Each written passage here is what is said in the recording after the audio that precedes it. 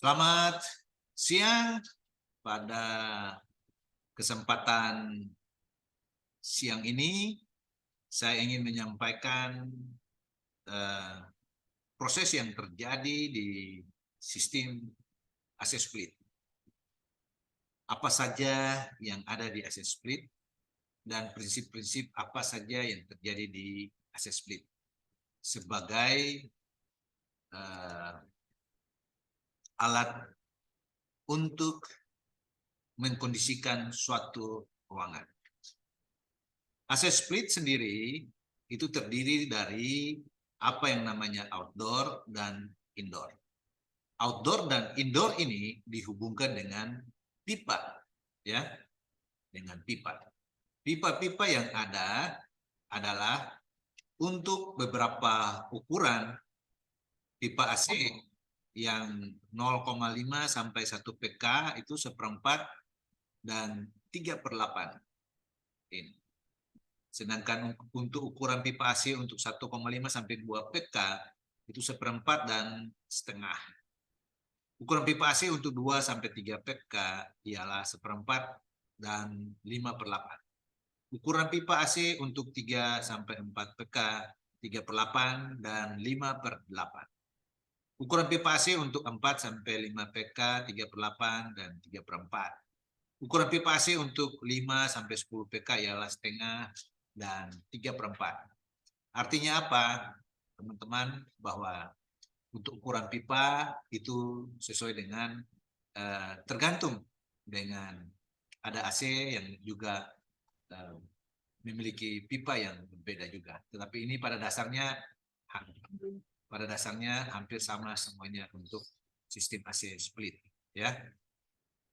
Nah, oleh sebab itu kita percaya bahwa sistem AC split ini, apa yang namanya outdoor itu, yang ada di outdoor adalah ada kompresor, ada filter dryer, ada pipa coupler, ada katup servis 2 laluan dan katup servis 3 laluan. Katup servis 3 laluan dan katup 2 laluan.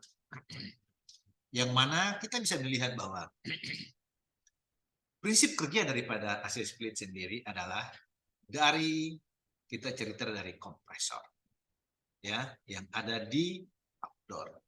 Kompresor yang ada di outdoor ini berfungsi untuk mengkompresikan refrigeran.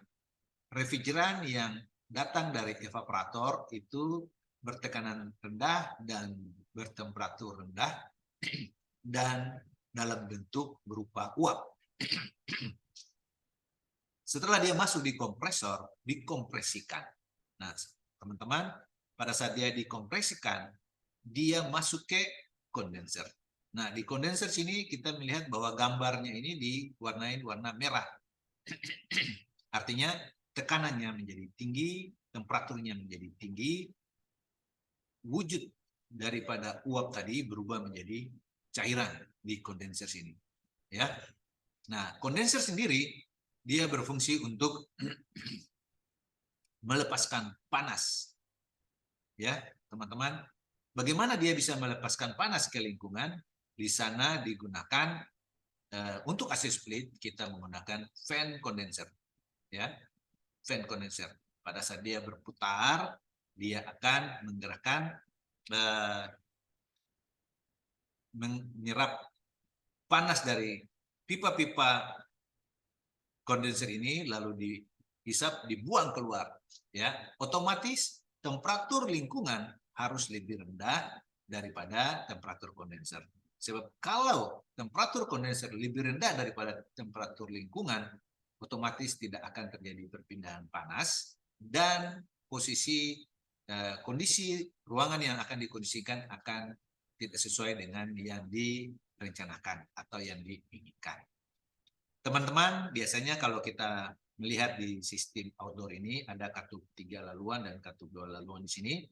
Katup 3 laluan biasanya dipakai sebagai mengisi refrigeran, ya, untuk mengisi refrigeran. Biasanya katup servis ini kita memasang baik untuk mengisi refrigeran, baik untuk vakum ada di outdoor, sistem outdoor sini. Dan Biasanya kalau kita lihat bahwa ini pipa ini berwarna merah berarti panas dan tekanannya juga tinggi. Tetapi teman-teman, kalau di outdoor sendiri, karena di katup dua laluan di sini itu keluaran daripada pipa kapiler, sehingga otomatis tekanan yang ada di sini, kalau kita melihat bahwa ini saksian, ini discharge-nya harus temperaturnya tinggi dan tekanannya tinggi. Tetapi keluaran daripada di sini itu biasanya bahkan bisa ada cairan yang keluar yang ada di sini karena dingin yang terjadi.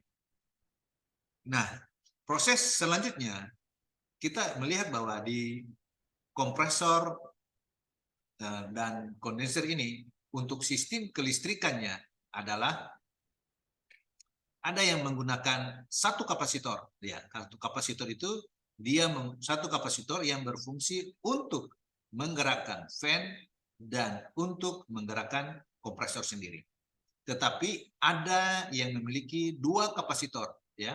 Ada yang memiliki dua kapasitor. Ini kapasitor untuk kompresor dan kapasitor untuk fan kondenser, ya. Ini kapasitor untuk kompresor, sedangkan ini kapasitor untuk fan kondenser. Tetapi kalau memiliki satu kapasitor, otomatis di sini ada 3 titik di atas ini, ya. Ada 3 kutub di sini. Ada ham, ada common, ada fan, ya. Untuk dual run kapasitor. Jadi dual run kapasitor ini biasanya ada misalnya 30 mikrofarad plus, gitu ya. Plusnya itu 2 mikrofarad atau 1,5 mikrofarad itu untuk menggerakkan fan. Oleh sebab itu, teman-teman bisa melihat dari dari fan ini, dari sumber masuk ke overload masuk ke C. Nah, setelah itu keluaran daripada S masuk di kapasitor kompresor. Sedangkan yang R masuk di sisi yang satu, lalu masuk di netral, ya teman-teman. Dari yang sini kapasitor yang satu ini masuk ke kapasitor fan dan keluaran dari kapasitor fan yang satu masuk ke sisi S. Sedangkan netral ini satu masuk ke fan, lalu yang dari netral sendiri satu masuk ke R dan juga dari C langsung masuk ke lane. Oke, teman-teman. Sehingga fan bisa berputar, kompresor juga bisa mengkompresikan. Nah, ini sistem kelistrikan daripada AC split, ya. Jadi ada yang menggunakan 2 kapasitor dan ada yang menggunakan 1 kapasitor. Untuk ukuran kapasitor sendiri, kita harus tahu juga, teman-teman, bahwa kapasitor untuk 15 mikrofarad itu untuk kapasitas AC 0,5 sampai setengah PK.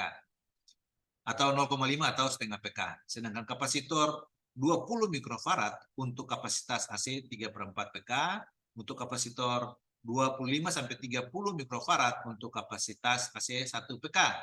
Untuk kapasitor 35 mikrofarad untuk kapasitas AC 1,5 PK. Kapasitor 40 sampai 45 mikrofarad untuk kapasitas AC 2 PK. Kapasitor 50 mikrofarad untuk kapasitor AC 2,5 PK. Jadi teman-teman, kenapa kita harus tahu kapasitas daripada kapasitor tadi? Yang pertama, teman-teman, kalau kita beli kapasitor AC baru, kita akan melihat bahwa putaran itu akan normalnya itu harus kencang, ya, Pak RPM. Tetapi beberapa tahun kemudian, karena kapasitansi daripada kapasitor itu tidak bekerja dengan sebaiknya lagi, maka putaran daripada fan ini masih tetap berputar, tapi putarannya sudah melambat. Nah, pada saat dia melambat, teman-teman, dia tidak akan melepaskan panas dengan baik, sehingga kondisikan ruangan di dalam itu akan terkondisikan tidak baik lagi, karena putaran pembuangan pelepasan panas yang terjadi di outdoor sini sudah tidak sesuai dengan apa yang diharuskan, karena kapasitansi daripada mikrofarad itu sudah tidak sesuai dengan apa yang diinginkan lagi. Nah, setelah terjadi pelepasan panas daripada kondenser yang menggunakan fan kondenser ini, dia berubah wujud menjadi liquid dengan masih temperatur tinggi, tekanan tinggi, tetapi pada saat dia keluar dari pipa kapiler, teman-teman, itu tekanannya sudah turun dan temperaturnya juga sudah turun. Sehingga dimasukkan ke dalam pipa-pipa evaporator di sini, kita melihat bahwa pipa evaporator ini sudah mulai berwarna biru. Artinya apa? Dia sudah turun temperaturnya dan turun tekanannya. Dan dia mulai berubah wujud. Ya, teman-teman. Dia harus berusaha untuk, ya, harus berusaha untuk pada saat masuk ke kompresor sudah harus dalam bentuk liquid, dalam bentuk uap, sorry. Oleh sebab itu, panjang pipa kapiler ini perlu diketahui juga sesuai dengan ukurannya untuk mendapatkan keluaran daripada evaporator ini sudah harus dalam bentuk uap, teman-teman. Jadi, pada saat dia mendapatkan refrigerannya ini turun, temperaturnya turun, tekanannya turun, maka pipanya ini akan dingin. Nah, pipa-pipa ini ada di dalam evaporator. Dengan bantuan blower yang ada di evaporator, teman-teman, yang ada di dalam evaporator sini, kita melihat bahwa pada saat dia berputar di sini, dia akan menyerap panas dari lingkungan. Nah, menyerap panas dari lingkungan itu seperti apa? Ya, panas lampu, panas manusia, panas apa aja. Itu akan diserap masuk ke dalam sini. Sehingga pada saat panas yang bersentuhan dengan pipa-pipa evaporator di sini, dia akan menjadi apa, saudara-saudara atau teman-teman semua? Dia akan pada saat dia bersentuhan di sana, dia akan terjadi evaporasi. Nah, pada saat terjadi evaporasi di sini, seperti kalau Anda berlari, ya, Anda berlari di luar, lalu Anda minum air, Anda akan berkeringat. Evaporasi terjadi. Dan di situ akan terjadi evaporasi, yang mana air itu akan keluar, ya, keluar. Oleh sebab itu di evaporator ini dibuat, ada di belakang daripada evaporator ini dibuat talang, ya, untuk menampung air, dan air itu akan disalurkan keluar melalui saluran pipa untuk dibuang keluar.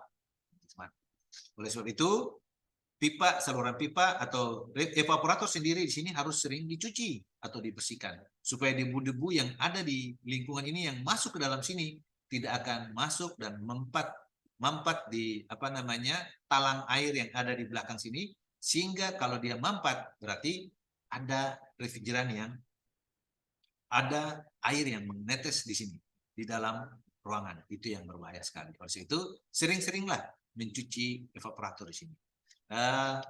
Oleh sebab itu teman-teman, selain mencuci, kita juga harus membersihkan, kan? Harus membersihkan itu, kita juga harus membersihkan dengan baik.